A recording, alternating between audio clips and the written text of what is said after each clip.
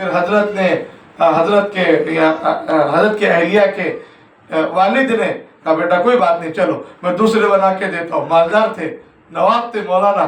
اپنی بیٹی کو پہلے جتنا دیا تھا پھر اتنا دے کے اپنے گھر میں رکھ کے بیٹی کو پھر بھیجا. حجت الاسلام حضرت مولانا قاسم نانوتوی رحمت اللہ علیہ پھر اپنے اہلیہ کو دیکھتے سامان زیورات اور سونے چاندی کے زیورات لے کر آئے. پھر اسی دن رات میں بیٹھ کے پھر تشکیل کرتے ہیں. کہا کہ دیکھو اور مال کی ضرورت ہے. پھر وہ تشکیل کرتے ہیں تو وہ دوسری مرتبہ، پہلی مرتبہ حضرت اہلیہ کہتی ہے مال کی کچھ محبت میرے دل میں تھی، سونے چاندی کی کچھ محبت تھوڑی تھی. جب دوسری مرتبہ میرے شوہر نے حضرت مولانا قاسم نانوتوی رحمت اللہ علیہ نے تشکیل کی تو میرے دل سے سونے کی چاندی کی وقعت ایسی نکل گئی کہ کبھی دوبارہ مال کی محبت میرے دل میں نہیں آئی، اور میں نے ہمیشہ کے لیے مال کی محبت کو نکال کے رکھ دیا.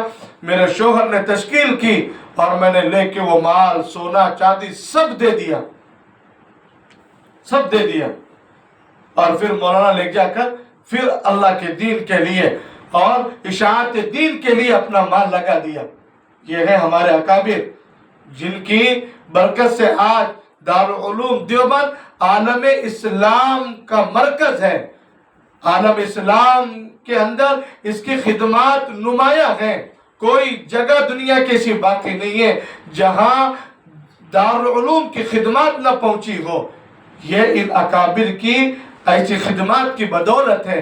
ان کا زہد ہے، ان کی قناعت ہے، ان کا تقوی ہے، ان کا جان، ان کا مال اور ان کا علم اور اللہ کی رضا کا ان کا خیال، جس کی بدولت اللہ ان کے فیض کو پورے عالم میں پہنچا کے بتایا اور وہ مقام ملا. مال کی محبت نکلی، اس لیے حضرت کے اہلیہ کا وہ مقام تھا. حضرت قاری طیب صاحب رحمت اللہ علیہ کتنے بڑے، جب حدیث پڑھتے اور بڑی بڑی لمبی لمبی حدیث آتے تو حضرت کی دادی لگتی ہے قاری طیب صاحب رحمت اللہ علیہ کو بلاتی اور بلا کے کہتے کہ آؤ بیٹا تم پڑھو. تو حدیث پڑھتے تو روتی رہتی خوب کثرت کے ساتھ. رشید احمد گنگوی رحمت اللہ علیہ کہتے حضرت قاسم نانوتوی رحمت اللہ علیہ کی اہلیہ کا اماں جی کا اتنا بڑا مقام تھا کہ بڑے بڑے اکابر کو بلا کے دہلیز پہ بیٹھ کے ڈانٹ دیا کرتی تھی. اگر کوئی خلاف شرع کام دیکھتی اور اگر کام میں کاہلی سستی دیکھتی، بڑے بڑے اکابر آ کے حضرت قاسم نانوتوی رحمت اللہ علیہ کے اہلیہ کی چوکھٹ پہ بیٹھا کرتے تھے. کہ وہ مقام تھا کہ انہوں نے اپنی زندگیاں لگائی تھی. حضرت لیہ رحمت اللہ علیہ، حضرت لیہ رضی اللہ عنہ، حضرت ایوب علیہ السلام کی اہلیہ نے بھی زندگی کا ساتھ دیا ہے ہر حال میں. حضرت ایوب علیہ السلام کا ساتھ دیا. اتفاق ایسا ہوا جب زمانہ بہت گیا تو حضرت لیہ اور حضرت رحمت کے بالوں کے متعلق آتا بہت گھنے اور بہت بڑے بال تھے حضرت رحمت رضی اللہ عنہ کے. تو اتفاق سے مزدوری کر کے شوہر کا گزارا ہوتا اور مزدوری کر کے شوہر کی خدمت وغیرہ کیا کرتی تھی. حضرت رحمت رضی اللہ عنہ ایک مرتبہ کسی کہیں کام کے لیے گئی تو ان سے کہا گیا کہ تمہارے جو بال ہیں خوبصورت ہیں وہ ہمیں دے دو. تو اتنی نہ مزدوری ہے، گھر چلانے کے لیے کوئی خرچہ نہیں ہے. روایت میں آتا ہے یہ بال بھی بیچنا پڑے ہیں. حالانکہ وہ اس زمانے کا واقعہ ہے. ہمارے اس زمانے میں یا بنی یہ قرآن کریم کے آیت ہے لباس یواری سوآتکم وریشا ولباس التقوی ذالک خیر. 8ویں پارے کی آیت ہے بدن کی کوئی چیز بیچنے کی اجازت نہیں ہے. ہماری شریعت میں بدن کی کوئی چیز، نہ بال بیچے جائیں گے، نہ خون بیچا جائے گا، نہ کڈنیاں بیچی جائیں گی. اللہ کی نعمت ہے، اس کو بیچا نہیں جائے گا. ہاں سخت ضرورت میں اگر کسی کو خون دینے کی ضرورت پڑے تو خون کا ہدیہ دے سکتے ہیں، خون ہدیہ کر سکتے ہیں. بات سمجھ میں آ رہی ہے؟ اسی طرح آج کل جو مارکیٹ میں جو لوگ آتے ہیں بال جمع کرنے کے لیے، بال دے تو وہ کچھ میک اپ کا سامان دیتے ہیں، ریبن وغیرہ دیتے ہیں، کانٹے دیتے ہیں اور اسی طرح کچھ سامان دیتے ہیں. اپنے بالوں کو بیچنا نہیں چاہیے، یہ حرام ہے. یہ حرام ہے۔ اور ایک بات یاد رکھیں، علماء کی کتابوں میں پڑھا، علماء نے لکھا ہے کہ وہ خواتین کے بالوں کو جمع کر کے باقاعدہ سازش کے ساتھ اس پہ اثرات کیے جاتے ہیں۔ حرام مولانا، یہ ایسا ہو رہا ہے کہ مسلمان محلوں میں باقاعدہ بال منگوائے جا رہے ہیں اور ان بالوں کو جمع کر کے عاملوں کے ذریعے اس پہ عمل کرایا جا رہا ہے، جس کی وجہ سے آسیب، جس کی وجہ سے جادو، اور جس کی وجہ سے ہمارے گھر کے اندر مزاجوں میں تبدیلی آ رہی ہے۔ اس لیے بال بیچنا نہیں، ناخن بھی تراشو، ایک کھڈا کر کے اسے گاڑنے کا حکم ہے۔ اپنے بال ہے اسے بھی اچھی جگہ دفن کر دو، ایک مٹی ہے وہاں پہ گڑھا کر دو، گڑھا کر کے اس کو دفن کر دو۔ کیا ہے 10 روپے کے کانٹے کی قیمت، لیکن اس کے اوپر اثرات ہوتے ہیں، اس سے بچنا چاہیے۔ آخری 2 منٹ کی بات، پھر حضرت مولانا کا خطاب ہوگا انشاءاللہ۔ حضرت مولانا اقبال صاحب قاسمی دعوت برکاتہم العالیہ ہر سال کی طرح اس سال بھی تشریف لا چکے ہیں۔ اب میں انشاءاللہ میری بات مکمل ہو رہی ہے، میں حضرت کو موقع دوں گا، حضرت بھی انشاءاللہ تھوڑا وقت آپ کے سامنے اپنے قیمتی نصائح رمضان کے موقع پر فرمائیں گے۔ تو حضرت رحمت رضی اللہ عنہ 18 سال بیت گئے۔ کتنے سال بیت گئے؟ 18 سال بیت گئے۔ تو ایک مرتبہ مزدوری کے لیے جا رہی تھی تو ڈاکٹر کی شکل میں شیطان آ کے راستے میں بیٹھ گیا، اور جب جانے لگی تو پوچھا ڈاکٹر ہے، تو حضرت لیا رضی اللہ عنہ ڈاکٹر صاحب سے رجوع ہوئی، کہا ڈاکٹر صاحب میرے شوہر بھی بہت بیمار ہیں، سارے خاندان والوں نے، گاؤں والوں نے چھوڑ دیا ہے، اور پورا بدن زخمی ہے، بیماری پورے بدن کو گھری ہوئی ہے، کوئی دوا؟ شیطان کو بس اتنا پوچھنے کا تھا، بس کہا عقیدے میں فالٹ ڈالنا، کہا عقیدے کو بگاڑنا۔ اس لیے دیکھتا ہے جہاں بھی مردوں میں کام نہیں چلا تو وہ فوراً عورتوں پہ حملہ کرتا ہے۔ حضرت ابراہیم علیہ السلام اسماعیل علیہ السلام نہیں بہکے تو فوراً حضرت حاجرہ کے پاس آ گیا، اور جب حضرت ایوب کے پاس بات نہیں جمی تو فوراً حضرت لیا رضی اللہ عنہ کے پاس آ گیا، کہا تمہارے شوہر اچھے ہو سکتے ہیں۔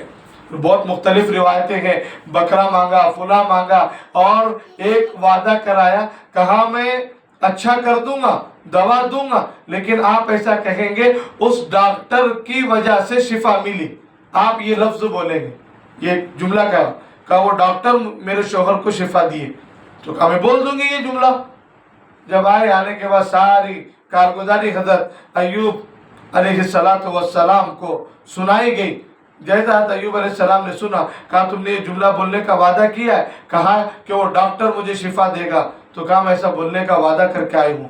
حضرت ایوب علیہ السلام سمجھ گئے یہ فوراً شیطان کی چال ہے، جو میری بیوی پر کہے حملہ کر رہا ہے۔ فوراً غصے میں قسم کھا لیے، اگر میں تندرست ہوگا تو تجھے 100 کوڑے ماروں گا۔ کہا تیری مجال کیسی کہ اللہ کو چھوڑ کر تو کہتی ہے کہ ڈاکٹر شفا دے گا۔ دیکھو یہ نبیوں کے گھر میں شرک کو پسند نہیں کیا جاتا۔ کیسے کہا؟ حالانکہ فرما بردار بیوی ہے، اطاعت گزار بیوی ہے، 18 سال سے خدمت کر رہی ہے، لیکن نبی کی غیرت جاگی کہ جو اللہ قرآن میں کہتا ہے وَإِذَا مَرِضْتُ فَهُوَ يَشْفِينِ، کہ شفا دینے والے اللہ ہیں، بیماری دینے والے اللہ ہیں۔ بیماری اللہ نے دی ہے تو شفا بھی اللہ دیں گے، تو کیسا کہتی ہے کہ ڈاکٹر شفا دے گا؟ وہ شیطان ہے، وہ ملعون ہے، وہ مردود ہے، جو تیرے اور میرے عقیدے کو خراب کر رہا ہے۔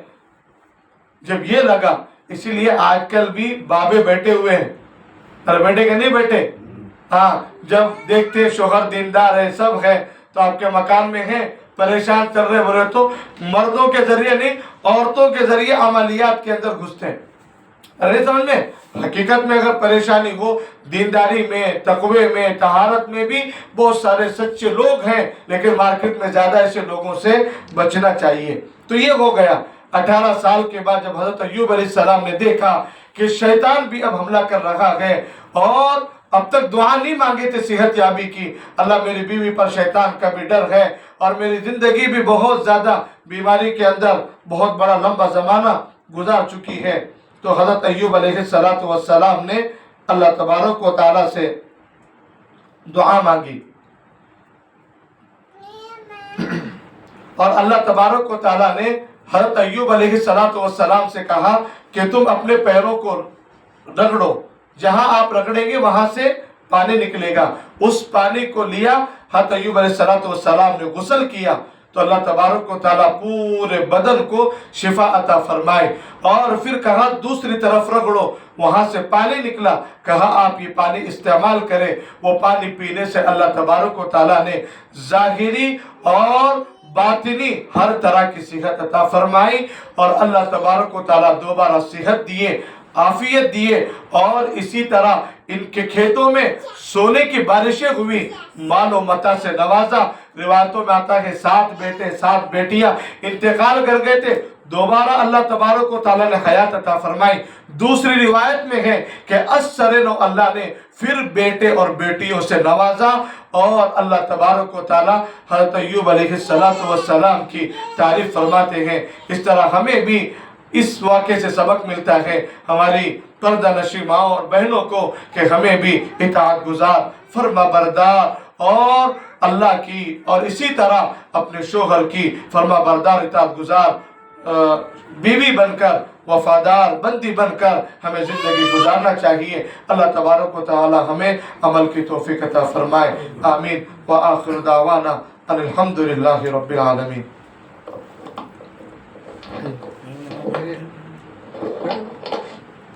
کمفرٹیبل ہے نہیں 5 منٹ۔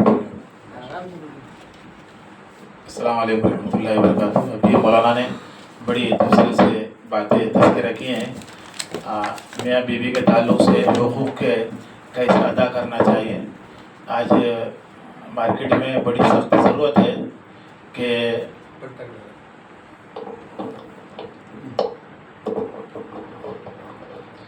آج معاشرے میں اس کا بہت بڑا مسئلہ بن گیا ہے کہ شوہروں میں عورتوں میں میاں بیوی میں جوڑ بہت کم نظر آ رہا ہے۔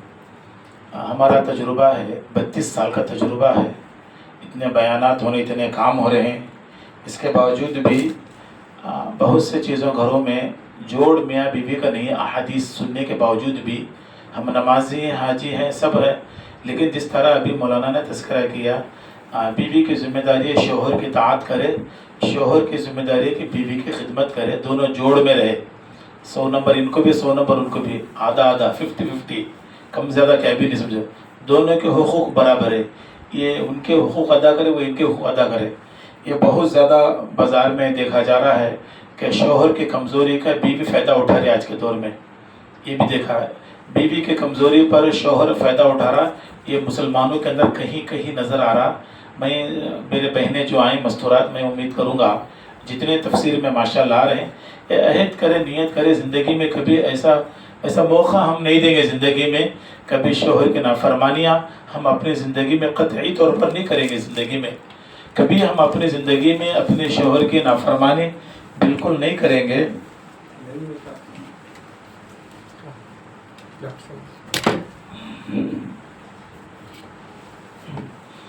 کبھی ہم اپنی زندگی میں ایسی نافرمانی بالکل نہیں کریں گے۔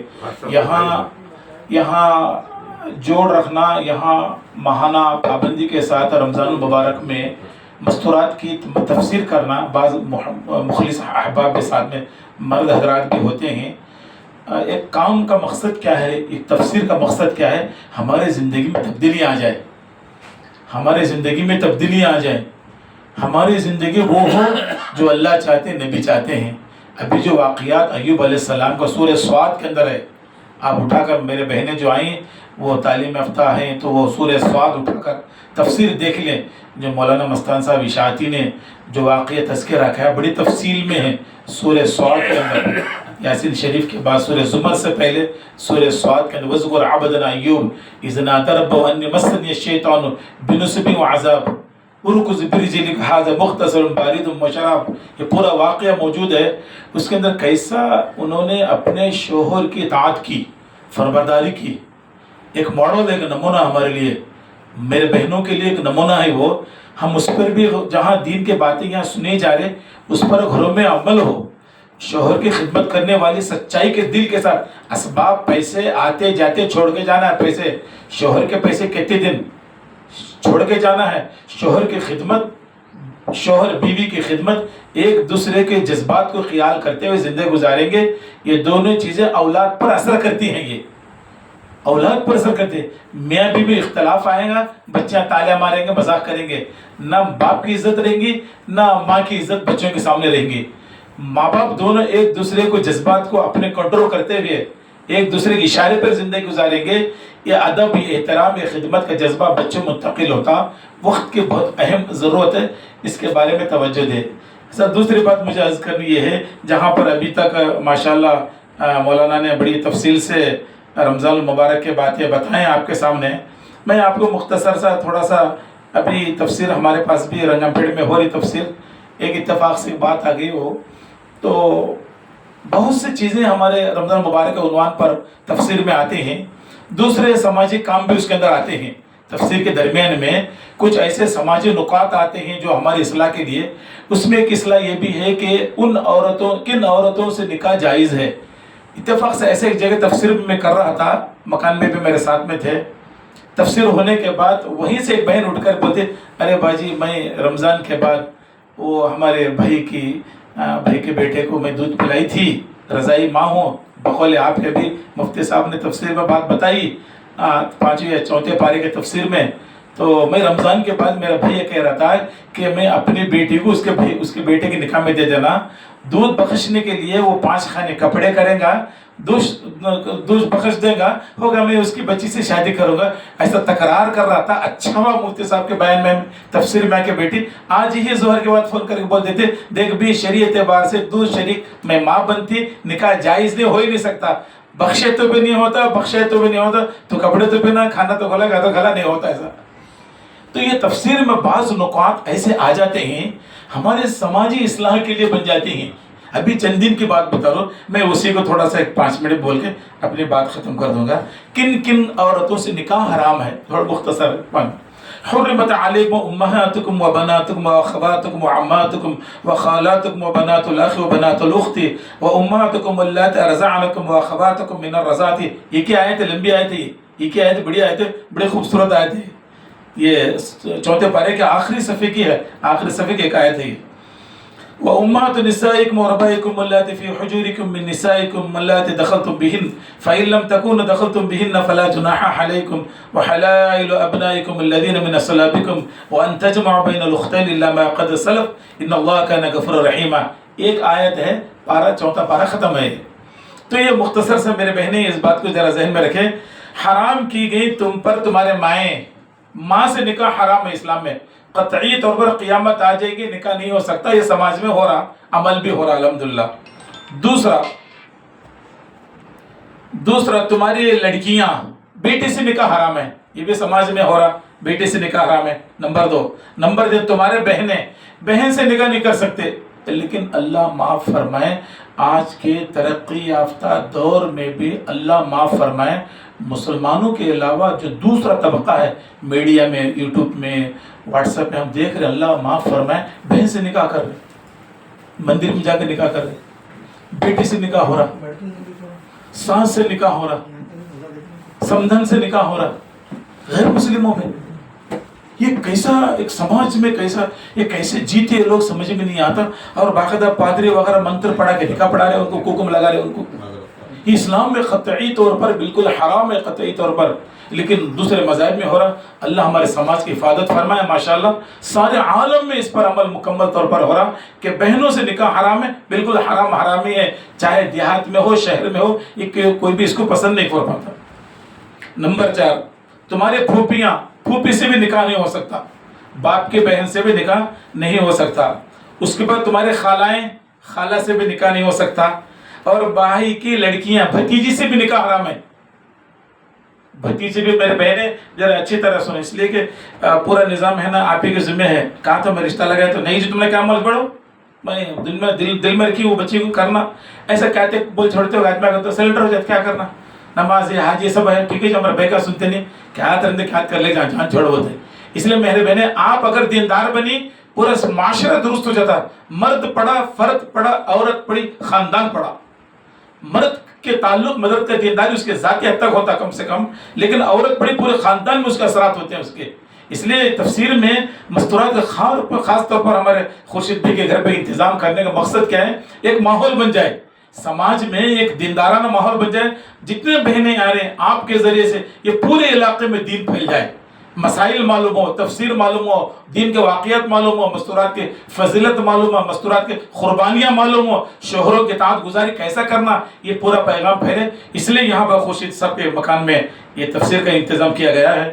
تو بھائی کے لڑکی سے نکاح حرام ہے، بہن کے لڑکی بھانجی سے نکاح، غیر مسلموں میں رہتے ہوئے بعض دیہاتوں میں ہمارے مدر 2009 کی رپورٹ سے اب تک بناتے ہم کام کریں مستورات میں، اللہ نہ کرے ایسا ہو گیا، ہمارے سامنے بچیاں ایڈمیشن لیے عالمہ بن گئی، داعی بن گئی بچی، جب تفسیر ہم پڑھا رہے تھے، تفسیر پڑھا رہے تھے بچی کو، بچی 3 دن تک روتی رہی تفسیر میں، آتی رہی روتی رہی آتی رہی روتی رہی، بعد میں بولے مکان میں کیا جی بچی کہیں رو رہی کر سمجھ میں، بچی کو جب پوچھو تو بولے کہ نہیں میں بھانجی ہمارے اماں ماموں کو کر لی، ہمارے اماں اب مول صاحب جو تفسیر میں بتایا بھانجی سے نکاح حرام ہے، ماموں کو نہیں کر لینا، ہمارے اماں ماموں کر لی ہے، نانی کری اس کا میں رو رہی نکاح حرام ہو گیا لیکن میں عالمہ بن گئی میں۔ یہ ہمارے علاقے کی رپورٹ بتا رہا ہوں میں، یہ کارگزاری میرے مدرسے کی رپورٹ بتا رہا ہوں میں، یہ آج وہ بچی کے تقریباً 3 بچے ہو گئے بچی کا بھی رشتہ ہوگا فلاں ہوگا۔ تو میں یہ کہہ رہا ہوں میرے بہنیں، یہ سماج میں ایسا نہیں کرو میں گلبرگہ میں ہوتا، آپ کے تعلقات میں کہیں بھی ایسا رشتے کے معاملے اگر کہیں آئے تو اس کو آپ روکے، یہ پیغام سنائیے، تفصیل میں بتانے کے موقع یہ ہے، ایسے پیغام کو دوسروں کے سامنے شیئر کرے، بولے کہ دیکھو بھی بھانجی سے نکاح حرام ہے، ماموں سے نکاح نہیں کر سکتے ہیں، یہ غیر مسلموں میں ہے، خیر ان کا تو کوئی مذہب ہمارے سے کوئی تقابل کرنے کی ضرورت بھی نہیں، وہ کوئی ہمارے سب سے کوئی مقابل بھی نہیں کہ اس کی، تو بہن کی لڑکیاں ماموں، اور وہ تمہاری مائیں جنہیں تمہیں دودھ پلایا ہے، یہ مسئلہ ہے، جن بچپن میں جنہوں نے دودھ پیا وہ ماں بن جاتی ہے، نسبی ماں بن جاتی ہے، نسبی ماں کی طرح رضعی ماں بن جاتی، دودھ پلانے والی عورت بھی ماں بن جاتی، وہ اس سے نکاح حرام۔ دوسرا اس کے بعد اس کے بچے رضائی، تمہارے دودھ شریک بہنیں، ایک ماں کے ایک بہن نے اتفاقاً دودھ نہ اور دوسرے بہن کے بچے کو دودھ پلا دیا، مجبوری میں دودھ پلا دیا، وہ بھی اس کا بیٹا بن گیا شرعی اعتبار سے۔ یہ ایسا نقطہ ہے، اصل یہ نقطہ ہے بیان کرنے کا۔ یہ عموماً زیادہ معاشرے میں لائٹ لے رہے، اس کو لائٹ نہیں ٹائٹ لینا، اس کو لائٹ لے لیا تو نکاح حرام ہو جا رہا ہے اس کا۔ کیا بھی کیا بہت بڑی کی بات ہے، 2 گھڑ پی چھوڑو نہیں، کیا ہوتا ہو رہتے، اللہ معاف کرتا کہتے، تمہیں کیا مولوی صاحب بولتے رہتے، اللہ معاف کرتا کہتے رہتے، لے میں کیا کرتے تھے، 2 گھڑ کیا معلوم ہوتا ہے، دنیا کاما کرتے کہتے، وہ کیا بڑا بات، یہ بڑی بات نہیں، بہت بڑی بات ہے، یہ جائز ناجائز کی بات ہے، حرام حلال کی بات ہے میرے بہنیں۔ تو میں بول کو ہم نے کو داڑھی مچھا والے مڑی نیچے کر چھوڑ دے، یہ نہیں ہے کرنا، یہ 1 گھڑ تو پین دے، 2 گھڑ تو پین دے، جو چیز اللہ نے کہا حرام وہ قیامت تک حرام ہے، اس میں جواز ہو ہی نہیں سکتا۔ دل تو آندے، جان تو آندے، آنگ تو آندے، ارادہ تو آندے، نیت تو ہوندے، کیا تو ہوندے، رزق تو وہ چیز غلط ہے۔ اللہ کے حکم کے سامنے ہمارا کوئی جذبات ہمارے خواہشات نہیں چل سکتے، اس کا بھی خیال کر۔ دو شریک ماں سے نکاح حرام، دو شریک بھائی بہن سے نکاح یہ حرام ہے۔ اس کے بعد تمہارے ساس سے نکاح نہیں کر سکتے، اللہ معاف فرمائے، ابھی 2 مہینے پہلے آپ لوگوں کو معلوم ہے ساس سے نکاح کر لے رہے غیر مسلموں میں، کیسا بے حیائی کا وہ مذہب ہے، دھرم ہے، سمجھ میں نہیں آتا وہ کون ہے ان کے رہنما، کون ان کے سرپرست ہے، پھر بھی اتنی ببانگے دوہل وہ اپنا اعلان کرتے ہیں، سمجھ میں نہیں آتا۔ اللہ ایسے سمجھ سے اللہ ہماری حفاظت فرمائے۔ اللہ نے بڑا اسلام بڑا پاک اور پوتر مذہب، بڑا مہذب مذہب دیا ہمارے کو، رشتوں کو اللہ نے باقی رکھنے کے ہمارے کو مذہب میں دیا۔ اللہ اس اسلام پہ موت تک ہم باقی رہنے والے، کلمے والے زندگی، کلمے والے موت نصیب فرمائے۔ سانس سے نکاح حرام ہے۔ اسی طرح تمہاری پرورش کردہ لڑکیاں جو تمہارے گود میں ہیں، اس کا مطلب یہ ہے کہ ایک عورت کا نکاح ہوا تھا، نکاح ٹوٹ گیا یا شوہر انتقال ہوا، اس کی بڑی بچی تھی، پھر دوسرا اس نے نکاح کیا شوہر سے نکاح کیا، اب نکاح ہونے کے بعد پہلی شوہر کی جو بچی اس کے گود میں ہے، اس سے وہ شوہر نکاح نہیں کر سکتا۔ اس کی ماں کو کرنے کے بعد نہیں جی وہ بیٹی ہے دوسرے کی شوہر کیا نا، دوسرے کے شوہر کی ہے لیکن بیوی بن گئی نا، وہ بھی تمہاری بیٹی بن گئی، وہ بھی تمہاری بیٹی بن گئی۔ یہ مسئلے دارالخزاں میں آتے، میں بہنوں کا بیچ بولتے رہے ہیں،